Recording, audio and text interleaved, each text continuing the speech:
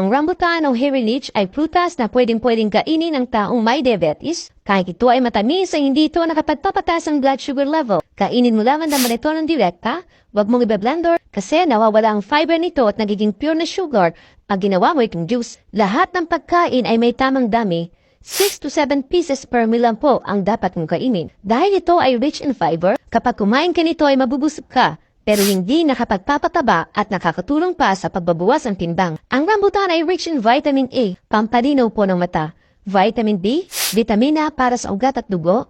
Vitamin C, pampalakas ng immune system para iwas sakit. Rambutan is also rich in nutrients like calcium, pampatibay ng buto. Iron, pampasigla ng katawan para hindi ka lulug-lugo. Zinc, para iwas thyroid disease.